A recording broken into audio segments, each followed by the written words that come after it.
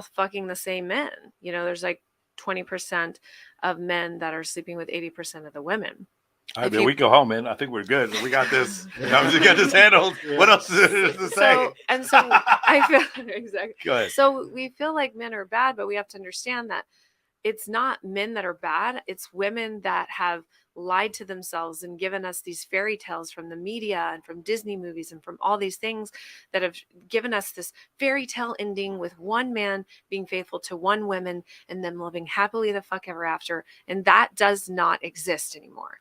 Maybe it does in faith-based religions and institutions like that, but even then it gets even weirder in those scenarios. But I think women have to, like, we have to come to reality that this is a pipe dream and we have to learn to adjust and become more high value, because as you and I, like, I've hit the wall, you're not there yet, but I mean, some might consider she has.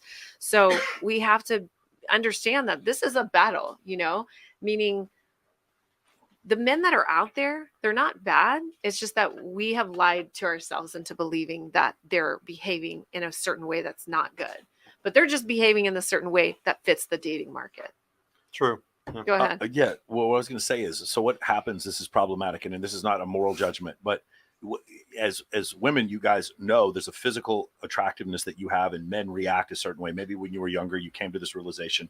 And then when you come to the realization, there's like this peak at what you can get a guy's attention from, and then this peak at to what you can get a guy to wife you up or to be in a relationship. Right. And then there's a peak at which guy you can get to be faithful. Does that make sense? That's true. And I hate to stratify humans this way, but let's say the guy you can get is a 10. Like, let's just say Chris Brown he'll have sex with you one night in the back of some club, right? At the backstage, it's some shit. And then you can get this other guy who's like a lawyer, and he'll be with you, but he's not going to be faithful. And we'll say he's an 8.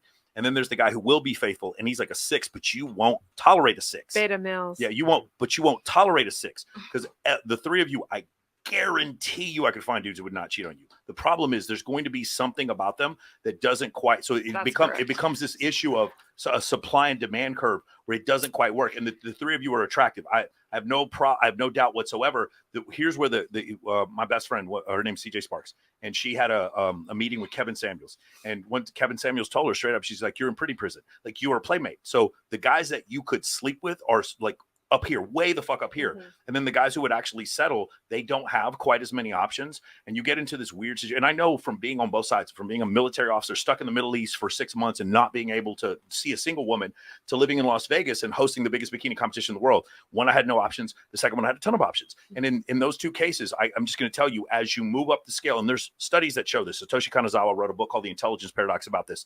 As you go up the income scale, as you go up the height scale, and if you go up the IQ scale, the likelihood of a man staying faithful just drops. It gets as you go higher and higher and higher.